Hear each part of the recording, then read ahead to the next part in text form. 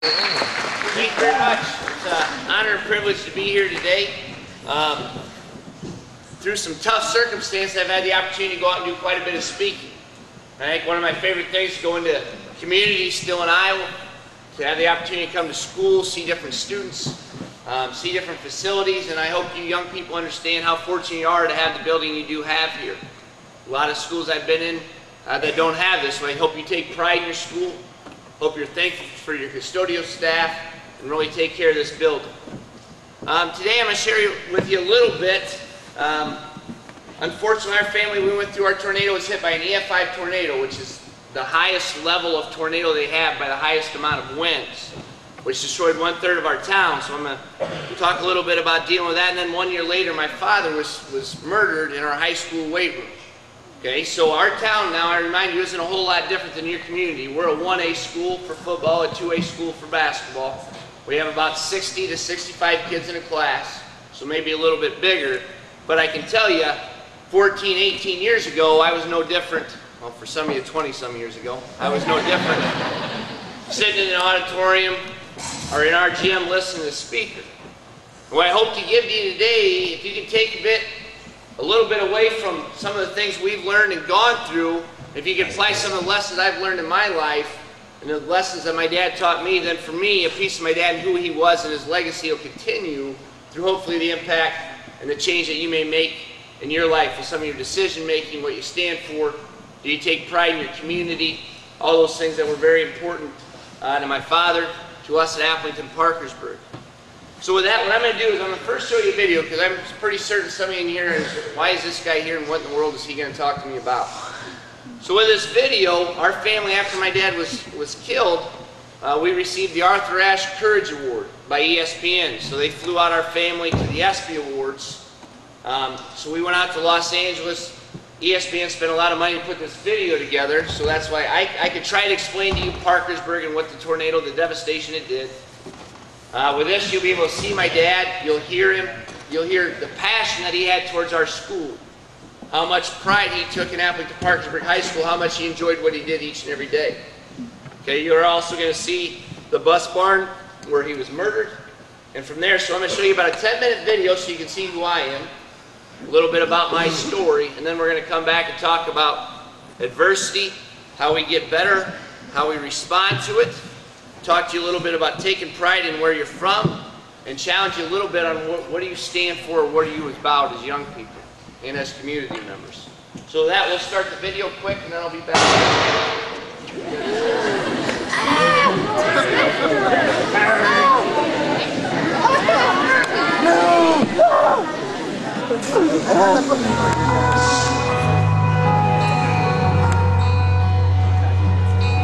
Whole day of Friday is pretty much gauged towards the football field. Who we're playing, how good are they? Growing up in Parkersburg, you dreamt about being out there on the field on Friday nights and playing for Coach Thomas. He arrived in 1975, the new football coach in Parkersburg, Iowa, just 25 years old. Over the next 36 years, Ed Thomas would win 292 games, 2 state titles, and be named National High School Coach of the Year by the NFL. He sent 4 players to the pros, but more importantly, turned generations of Parkersburg boys into men. Men like Dave Becker, the captain of Ed Thomas's first Falcon team. We had our meeting and the rules were announced. We're going to work harder than anyone else. The fourth quarter would be ours. He convinced us we could be winners. He had the gift of getting kids to elevate the game to a level that they never thought they were even capable of. He expected more out of his football players, that they were going to set the example of how to act. It was an experience that I wanted when I become a young father for each one of my kids to have. I want them to learn all the intangibles that goes with athletics that are going to make them a better husband, a better dad, a better member in their community, in their church, just a better citizen. Never were those lessons more important than May 25th, 2008.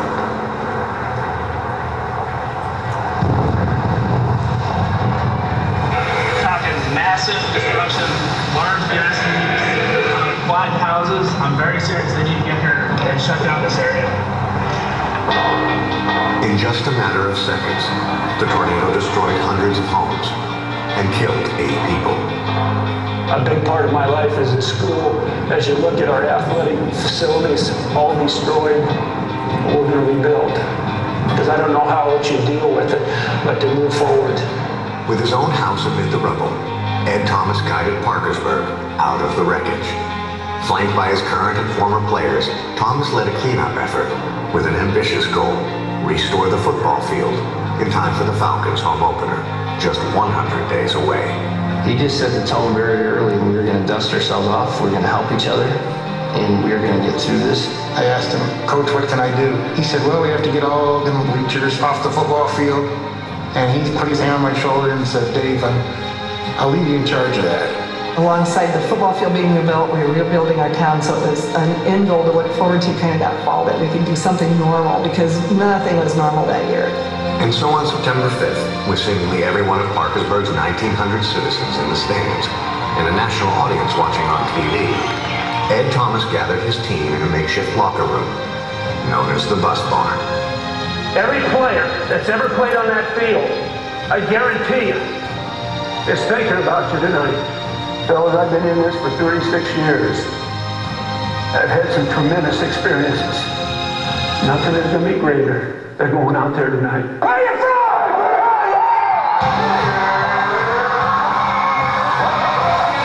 Just the fact they could play through that devastation and the team, the way they came together.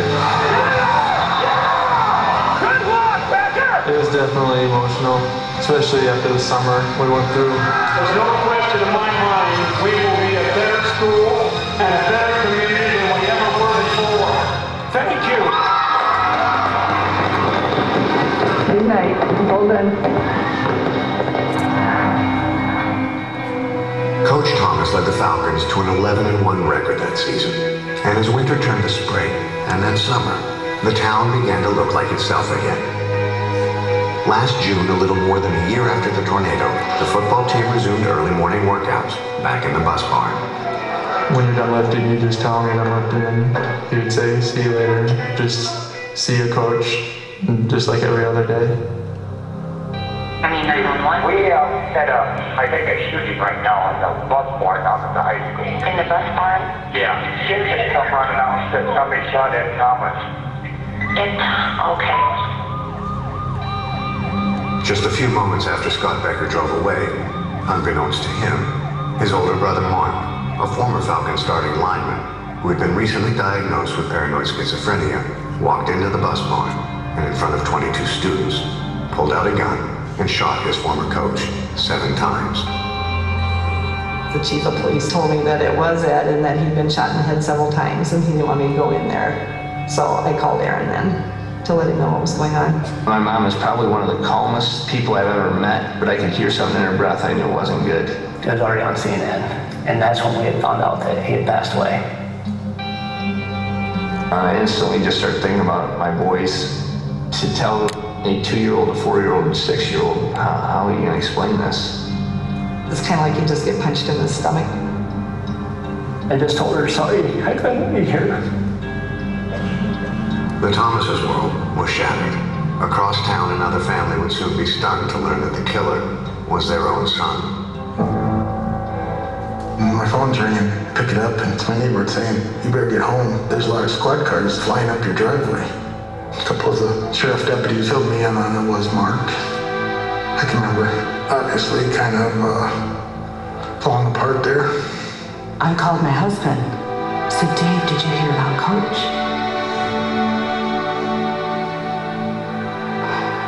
And he said, Joan, you gotta get somebody to get you right home. I couldn't wrap my mind around how a kid who Dad had taught and coached and reached out to would ever do something like this to him. My son was responsible for taking such a good man. How do you get over that? Just wondered how this was all going to play out. How are we going to live tomorrow? I was concerned about being able to live in this community. The Thomas family immediately addressed those concerns when just hours after the murder, they held a press conference and made an appeal to the town. Nothing can prepare you for what our family, our community is going through. We also want to make sure we express our concern and our compassion for the Becker family. We ask that people pray for them as well.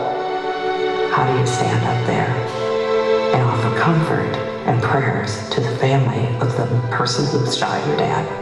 And it took a lot of courage for Aaron to do that. Dad always taught us to lead by example. If we're going to tell somebody to reach out and support the Beckers, and if we're not doing it, it's not very good character. The day after the murder, Aaron and Todd sought out Scott Becker, one of Coach Thomas's players, who was struggling to come to grips with what his older brother had done. Our biggest concern, my brother and I, was just that for Scott to know this wasn't his fault. Right away they said, "We're here with you." That was probably the first time I broke down. Thousands came from across the country to Parkersburg for the funeral. But as the Thomas family mourned, they somehow found the strength to continue consoling the Beckers. This is a note that Jan gave to an usher, and it says, "Give to Joan Becker. Joan, Dave, and boys, we love you and are here too. Hang in there. Jan T." I'll never take this out of my Bible. Compassion is the driving force in their family. We had hundreds and hundreds of people come to our home. They would say, "We just love the Thomases. Jan said to be sure and give you her love." I went down to the mailbox, and there is every square inch stuffed full of thinking of you cards. That's when I realized that it was going to be okay in the community. 2 months after the murder, the Beckers returned to Ed Thomas Field to watch their youngest son, Scott, play football again, now led by a new generation of Thomases. As we approached the crowd, of course they turned and looked and just started hugging. Once that kickoff took place, he said, "If you want, it's going to be okay." I know Coach wasn't there, but he was there. And he was talking football once again. The three things that mattered to Ed Thomas the most were faith, family, and Falcon football. And he dedicated his life to sharing them with the citizens of Parkersburg. Today, a year after his death, his family is left to carry on without him. But just like Coach, they have led by example, showing uncommon strength, faith, and compassion at the darkest of times, revealing the power of forgiveness not just to a town, but the world far beyond it. And it is through the dignity and courage of his family that Ed Thomas's legacy lives on. I'll never be my dad, but if I can have some of the impact he had, I'll feel that's what I'm supposed to be doing. There's no doubt we have been faced with adversity. We made a choice on how we're going to react to it. My hope for the future is to be high school kids again, to just get to be small town Iowa. We move forward but not forget my dad and what he's taught us.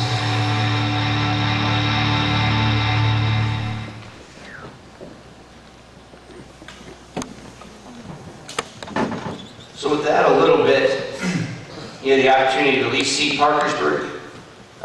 You could see the devastation that a tornado could do. And I just think I can't explain to you Parkersburg better than that video can show you. But for me, I'm here to tell you, the first 29 years of my life was probably about as easy 29 years as a person could have. I was very fortunate raising a two-parent home. I was loved, I was disciplined, and at the time in school I didn't always think having rules and having strict parents was a good thing, but as I got older I learned I'm very grateful that I had expectations and that I was held accountable for my actions. From the time I was in third grade, I knew I wanted to go into education. I saw my dad every day go to school. I saw the impact he had with the young people he'd work with each and every day. I saw how much he enjoyed what he did. It wasn't work for him. He spent an awful lot of time at school, and I knew I wanted to be as passionate about whatever it is I was going to do with my career as he was. And I knew coaching and teaching and being around the school is what I wanted to do. As I got older, I was very fortunate in high school. Was an A/B student. Was also fortunate enough to have the opportunity to play in the state football playoff, state basketball tournament, ran in the state track, and everything that I thought was pretty important to me, I was able to be successful with. From there, I went on to Drake University, where I played college basketball for 4 years, got my education paid for. After that, had the opportunity. I thought I wanted to coach college basketball, so my wife and I got married right out of college. Excuse me. Went to St. Cloud State University up in Minnesota and did that for 1 year as a graduate assistant, making $6,500, working at Target at 4 in the morning. Decided maybe I can find something better. And from there, decided I want to get into high school coaching and teaching. Was very fortunate. Union High School, which is in LaPorte City, Iowa, which is 50 miles from Parkersburg, had an opening for a head basketball coach. So at 23, I applied to become the head basketball coach there. That same year, very fortunate, a high school teammate of mine also applied for their head football coaching opening. Now at the time, we were very excited, very young. Union had won a total of 5 basketball games in 2 years before and 1 football games in 2 years. So he and I may have been the only 2 people who applied for those jobs, and that's might be why we got them. But when you're young and excited, both of us wanted to basically take everything we'd learned at AP and take that with us down the road 50 miles to Union. And when we got there, things started to go better. We started teaching. It wasn't just about winning and losing, but we started to teach life lessons and working hard and caring about your teammates and doing the right things, being committed to things. And the more we did that, the more success we started to have. For me, I went on to get my master's degree, so at 26 I became the athletic director and assistant principal because we had about 100 students in the class. So at 26 I was the head basketball coach, assistant principal and athletic director. Had 3 sons, which for me felt very fortunate to, as a coach, always wanted to have some sons that I will someday have hopefully the opportunity to coach. Married a wife and probably could have married somebody a whole lot better looking than me and smarter. So for me, things were really going well. We were able to win 20 basketball games 3 years in a row. We went to the state tournament for the first time ever at Union High School for the boys program. And I can tell you, I felt like I was becoming the Coach Thomas I wanted to be since watching my dad ever since I was in 3rd grade at AP. And it was using that same model. And I'll never forget, it was May 25th, 2008. It was graduation Sunday at Union High School. And we had had commencement with my wife, and my kids were back in Appleton at one of our niece and nephew's birthday parties. And when my phone started to ring, hey, tornado hit Parkersburg. And I'm thinking that tornado couldn't have done that much damage. I figured maybe hit a barn or an outer building of town, or maybe knocked out the power, and that's why we couldn't get a hold of anybody. But I started getting more and more calls about the devastation. So I left Dysart, and I'll never forget, driving up Highway 21 and over on 20. And as I got closer to Parkersburg, there was already a line of cars. They weren't letting people in and out of Parkersburg. We have a quick trip in town, and there was actually a tanker filling up gas at the time when the tornado hit. So they were obviously a little bit afraid of gas leaks, explosions, different things. Well, not knowing that, being from rural Iowa, which many of you, all of you can hopefully relate to, I knew exactly which gravel roads I could take to still get into town. So as I kind of got off the main road and took a couple gravels, I got about 3/4 of a mile out of town. When I couldn't get any closer, there was already down power lines and trees. I'll never forget, I ran down the hill, and as I was coming up the hill, my parents live on the south side of town. And when I got to the top of that hill, the neighborhood I grew up in, because I lived in the same house my entire life, when I got to the top of that hill and I could see our block, and every house that I had known, had seen, and grew up around, now lay in a pile all intermixed. The only way you could tell where anything was there was foundations that were still there. 2-story homes, most of the time half the home laid in one down the waist, and then there was another part laying there. But the part that really concerned me when I came to the top and as I got there was I didn't see any people. So instantly I started envisioning all my neighbors, everybody who I'd known my entire life, curious what happened.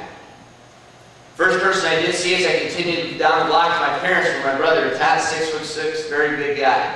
And he was hunched over, I'll never forget, I could tell he was crying. For the first time in my life, at the age of 29, I thought maybe I'm going to lose my parents before I was quite ready for that. Thought never ever crossed my mind. But as I got to Todd and prepared to be the big brother and tell him everything was going to be okay, we'll figure this out, he said, no, Mom and Dad are fine. My mom's a volunteer ambulance person, EMT in Parkersburg. Right after the tornado hit, she and my father left the basement. My mom went instantly to the ambulance shed. She trained for 17 years, in my opinion, for that tornado to hit. Each and every day she prepared herself for when something happened, she was ready, because each and every time there was an ambulance going in, each and every time there was a training, she prepared and gave it her best effort. So when that tornado hit, she was ready to serve the people of Parkersburg. My father at the same time was helping their neighbors, checking on people, and as the video said, we had 8 people tragically killed in that tornado. The fact that there was only 8, I think, was truly a blessing. We had 8 elderly people who could not get down to their basement were the 8 that we lost. But through that, my dad and brother, we had the neighbor right behind us, was one of those 8 who was killed. And my dad and brother, the foundation of his basement had actually collapsed on him. They dug him out, he was still alive at the time, and unfortunately they couldn't get the ambulance into town and he passed away. But in going through that, I can tell you, when I went up and saw my mom at the ambulance shed, because I asked her, Mom, what do you want us to do? Everything my parents owned was pretty much gone. For some reason, the outside walls of their living room was completely gone. Their kitchen was held up, a car trailer flew down the block, stood straight up and down and was holding up their kitchen. Inside there, however, their couch and their recliner and the TV sat unharmed. The things the tornado did were absolutely unbelievable. The things that would move and blow away, and the things that would completely leave alone. A lot of possessions from Parkersburg people ended up just across the border in Wisconsin. The wind took it that far. We were getting pictures and letters sent back to Wisconsin. For young people, and actually adults, I'm here to tell you, what became very evident in that time is it truly didn't matter how nice a house you owned. It didn't matter how fancy car or truck you drove, how much money you made. Tornado didn't care. Material things were all gone in 20 to 30 seconds. But what truly mattered was the people or the person you were and the relationships you built. And I can tell you, I saw our community come together as people. So imagine 1/3 of you losing your home, losing everything you had. So if you go to about, I'd say about right here, everybody sitting over here, your homes would be destroyed. Everybody over here, everything you had was probably okay. And what I saw was everybody who was sitting over here felt so bad and almost guilty that at night they could go home and sleep in their own bed. When their neighbors, people they went to church with, schoolwork, worked with, had lost everything. But I think what made Iowa makes us special is that this group still cared and went out of the way to help the group that lost everything. For my dad, I had never seen quite as devastated as when we were at his house. He was upset that he lost his home, but when we went up to that high school. So my dad spent an awful lot of time in school, took great pride in our facilities, in our gym. My dad watered and fertilized that football field probably way more than he should have. He mowed the high school football field 2 to 3 times a week because it grew so fast. I can tell you, I lived in the same house for 18 years, and I think he mowed our own yard 5 times my entire life. So seeing that devastation of school and how that tore him apart, I could see the passion he had for African Parkersburg High School. But I think what made my dad special was that next day. My dad was an extreme optimist. He looked at the best in everything. And that next day when he woke up, he was a visionary. When he went to that school, he said, we're going to play football here in 100 days. Our town is going to rebuild and we're going to be better than we were before this tornado. It's an opportunity for us as a school. We were going to add on an auditorium, but it was actually going to be away from our band and vocal area. And we'd always kind of wanted a second gym just because of the number of students we had. So we used a deadly, devastating tornado that completely destroyed our school was now an opportunity to build a high school exactly how we wanted it. He had 2 goals: to play that football game in 100 days. It wasn't about playing football. It was about our community coming together, everybody helping one another out and deciding it was going to be okay. The other thing we wanted to accomplish was have the first home rebuilt in our town to send the message that we can do this if we stay together. I can tell you, they played football in 100 days. And it wasn't just about football, but the amount of people that came to town to help. Parkersburg is better today than it was before that tornado. We have more houses. We actually have more students now. Our high school is a state-of-the-art building. But it wasn't just because of people in Parkersburg. We had buses and buses of students come to Parkersburg from all over the state to help out. We had companies and businesses donate hundreds, thousands of dollars, equipment, manpower to help us rebuild. And I can tell you Parkersburg is where it is because of the entire state of Iowa and the generosity and caring of our people. I think throughout all this, we had the National Guard came up because it was declared a disaster area. And when the National Guard came, soldiers, they basically walked down the street and if they saw people working, they would stop and help. And one of the soldiers stopped, we had to separate. We had to get all the wood in one pile, all the metal in a pile, and all the concrete in a pile, so that way FEMA could take it all away. One of the soldiers, when he stopped, he said, "Man, this is unbelievable." And I thought he was talking about the devastation. He said, "No, the way people are willing to work and help one another out."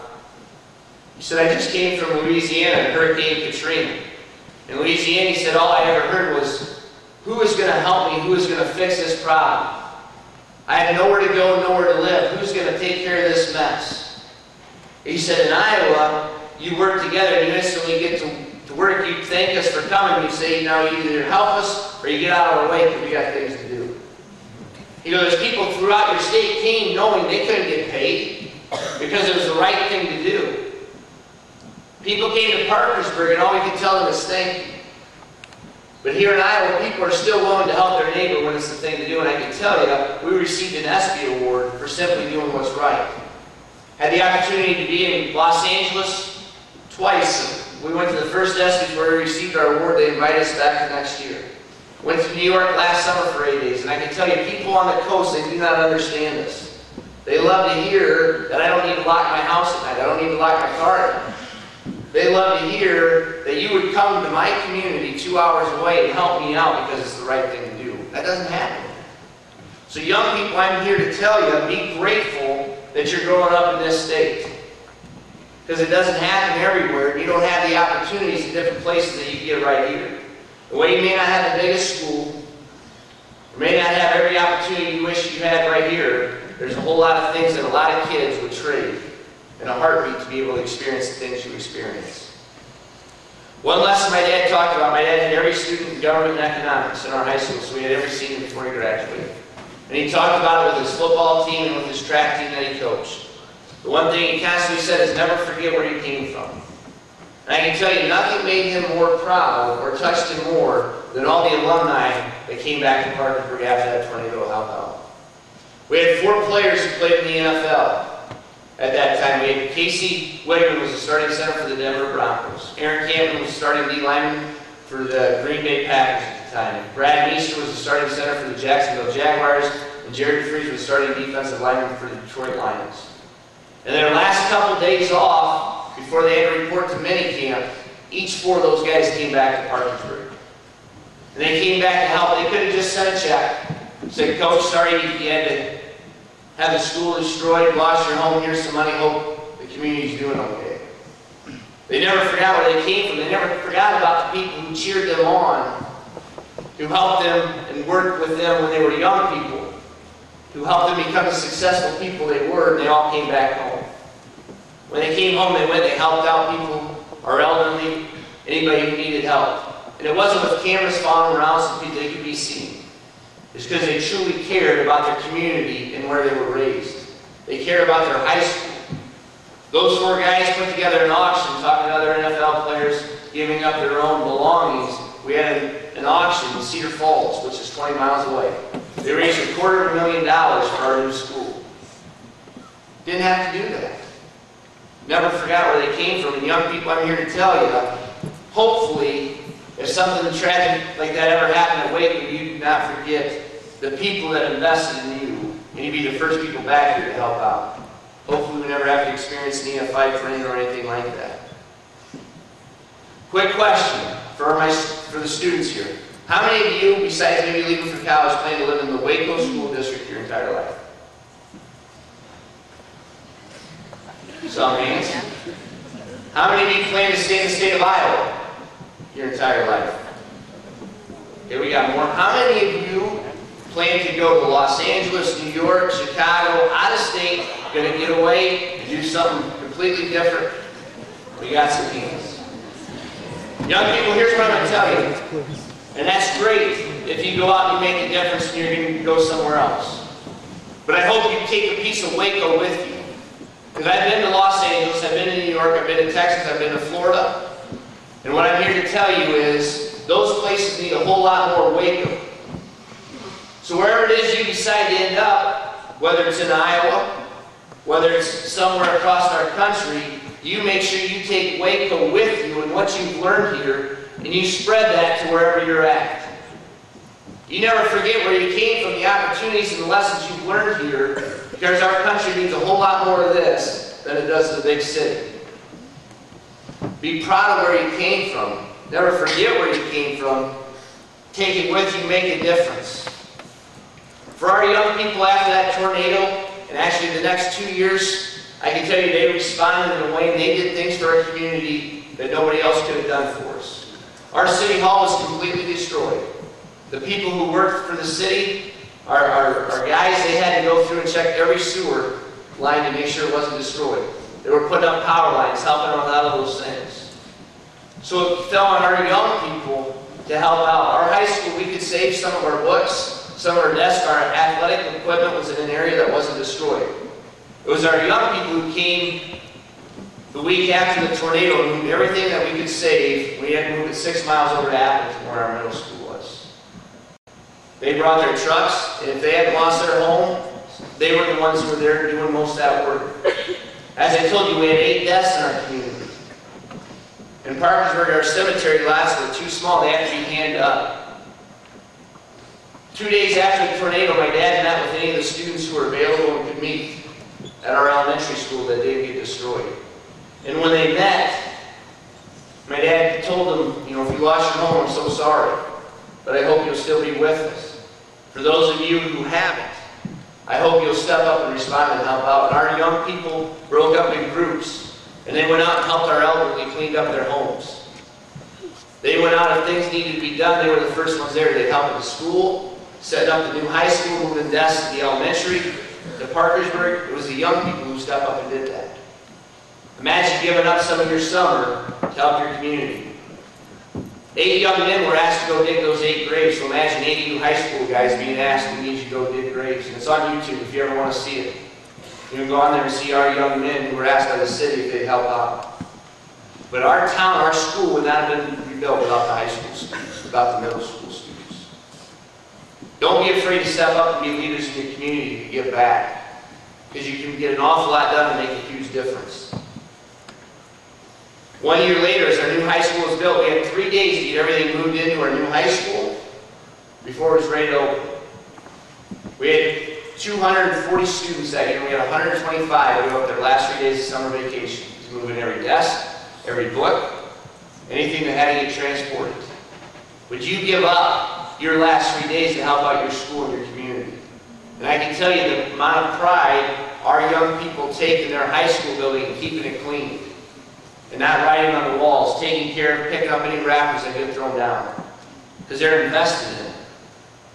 I challenge you, take great pride in this school and your facilities, because this starts with you. Your principal, your teachers, the custodians, they can only do so much. But seniors, juniors, as leaders, if you set the tone, this is how our school is going to be treated, everybody else will follow. Take pride in the school building. Be thankful for what you have.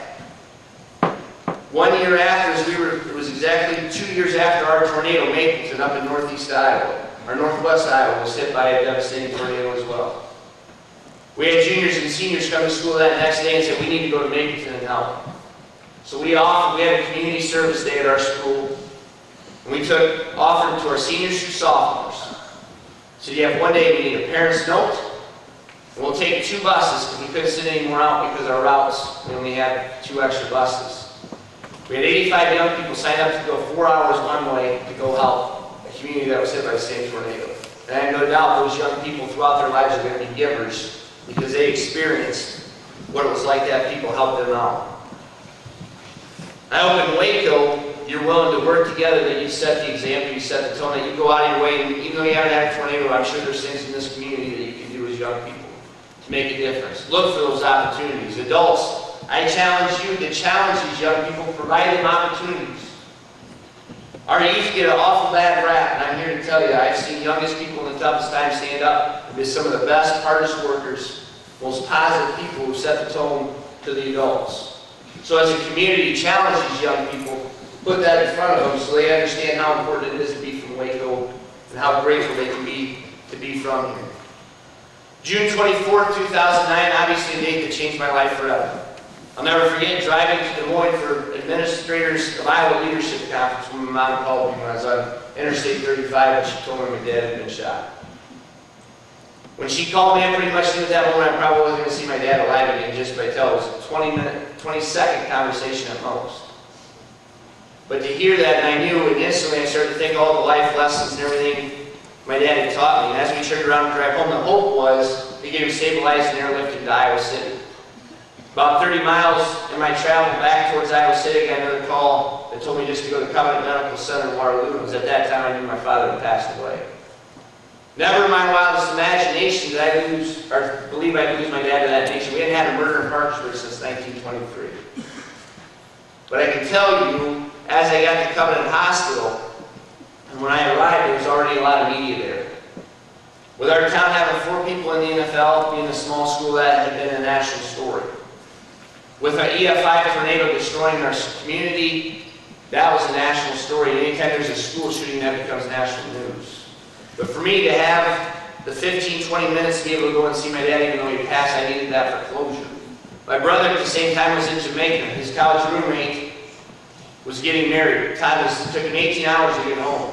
But in talking to him, he said he needed to be 18 hours away. He couldn't have dealt with it. But after I left Covenant Medical Center, and as we were leaving, they said, we need you to have a press conference. So my mom and I went back to my parents' house, and we met, and they assigned us a lady who was going to help us write a statement. But it sounded so canned, all I can envision, if you watch the news, when a picture comes up and the words scroll across, it kind of always sounds the same. And I'd watched for 13 months my dad do every single interview that anybody had asked after the tornado. I saw how he handled adversity of losing his home, losing where he worked, and how he got through that and dealt with it. And I just told my mom, do you care if I'll just go give the interview? Reminding back in 3rd grade, wanting to be Coach Thomas, wanting to be just like my dad, never disappointed. When I gave that interview that day, that press conference, one, I'm 100% certain I was in complete shock and didn't actually understand what had happened. Number 2, though, my entire life was to please my father, and it wasn't going to be any different that day. So when I stood up to that podium, when I asked for prayer for the Becker family, want people to think of them, I have no doubt in my mind that's exactly what my dad would have done in that exact situation. One lesson he constantly talked about was it's real easy to be a leader and to be positive and to be a role model when everything's going well in your life. People will look to you and your character is revealed in those tough moments. And I can tell you the toughest moment I could ever imagine I was going through that day. But if I wanted anybody to remember my father's legacy and everything that was important to him, if his own family couldn't do it in the toughest of time, why in the world would anybody he coached, anybody he taught, anybody he worked with, follow his example if his own family couldn't do it? So that was a challenge for us on that day. But I'm here to tell you, by dealing with things the way we chose to deal with, we've been blessed with unbelievable opportunities. Young people, adversity is also not a one-time deal. I'm not done. I went through a tough thing with my dad being killed, absolutely. But I'm not done. I'm still going to have to experience death with people I love. I'm going to have people hurt me by saying things, doing things that I can't control. Adversity is not a one-time deal, but when we go through things, a couple things that's truly helped me continue on and overcome this. Number 1, life is 10% what happens to you and 90% how you choose to respond.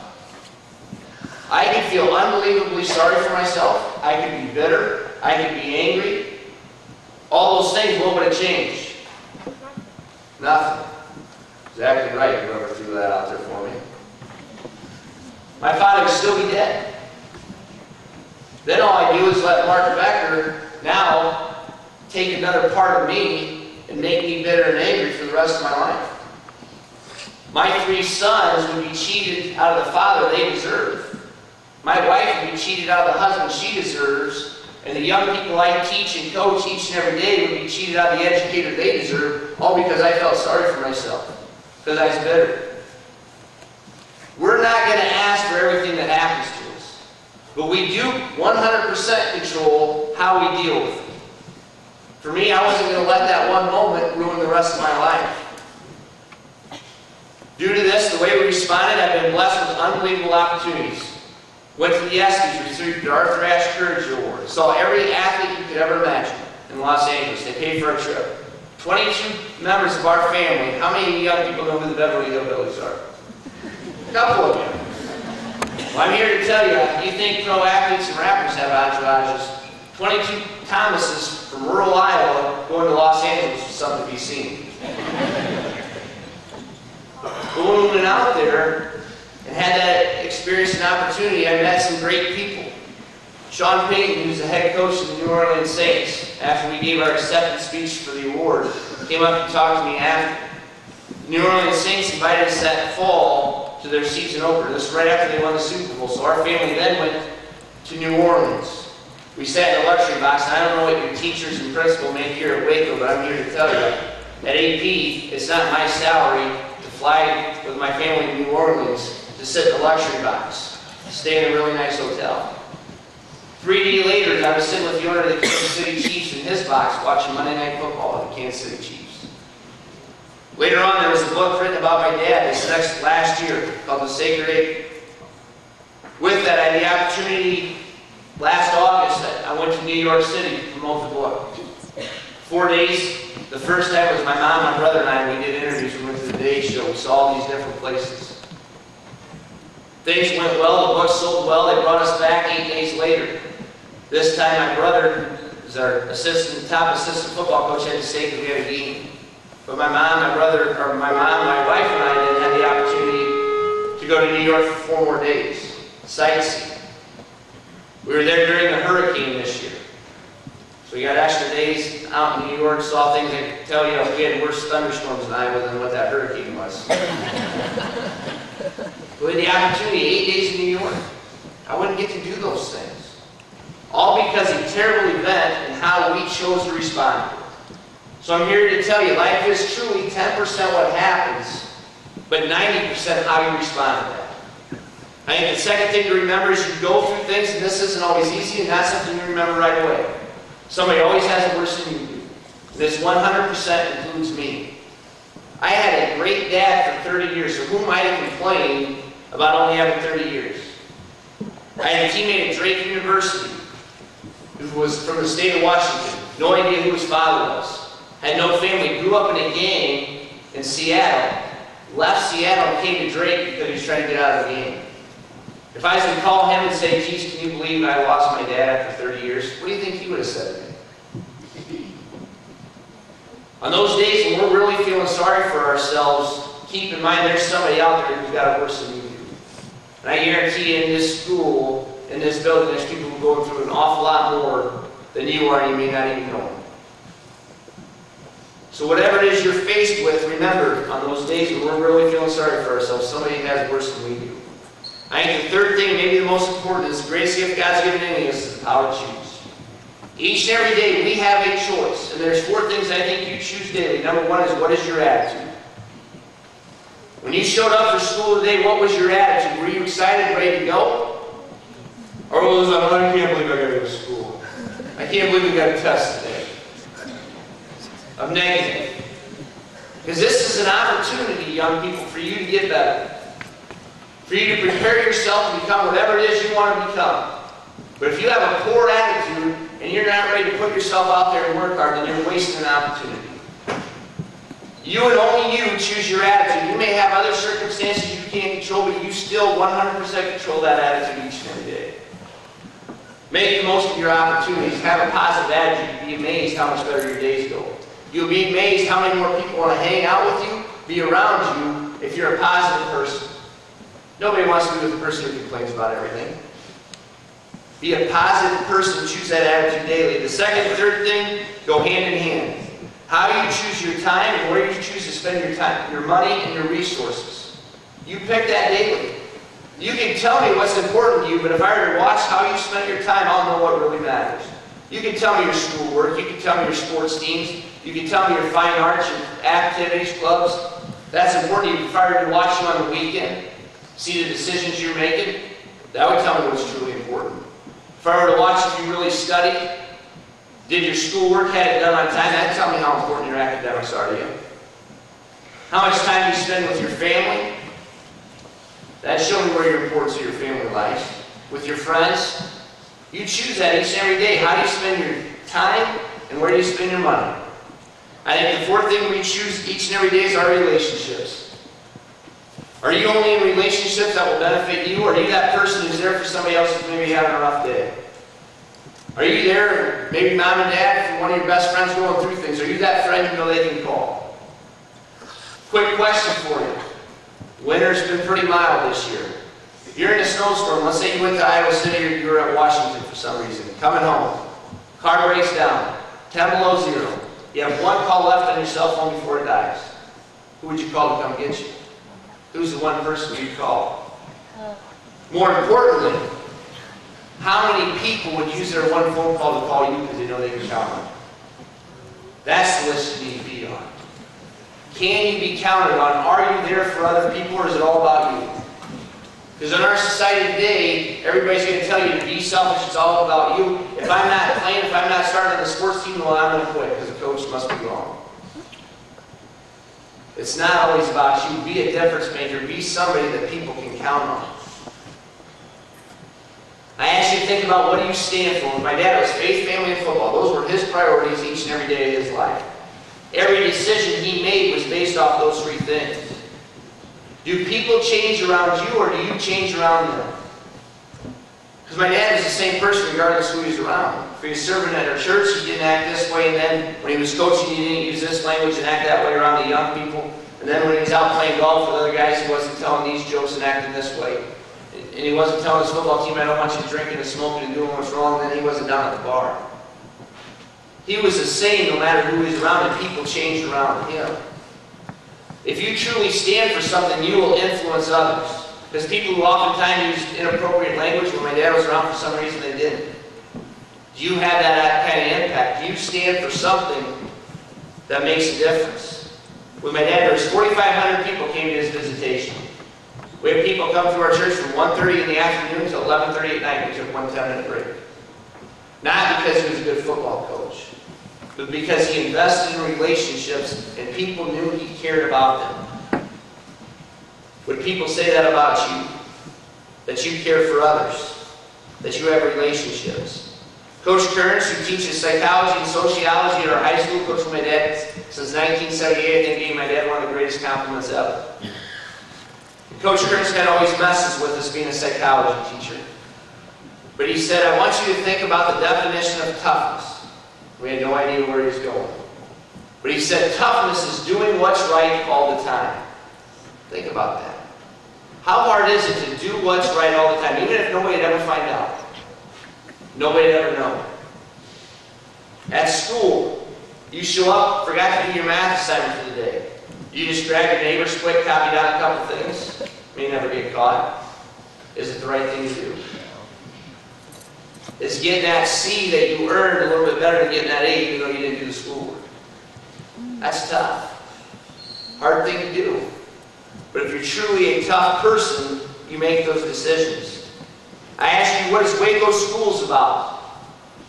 If I had a new student were coming to WACO Community Schools and had to start here, and I were to talk to them 2 weeks later, what would they tell me about your school? Is it a place that's welcoming? Is it a place that's open? Helps out new people, or is it, hey, I got my friends. It's really too bad you have to be new here.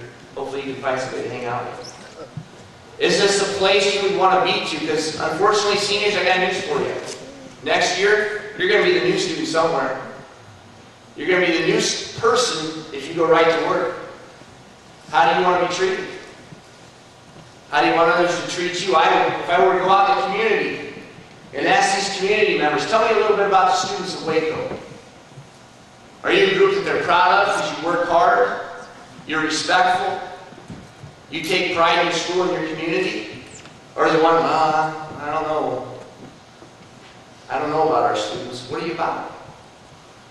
And while your teachers and your principal can try as hard as they want to make this a great place to be, it truly comes down to you young people of what your culture is going to be.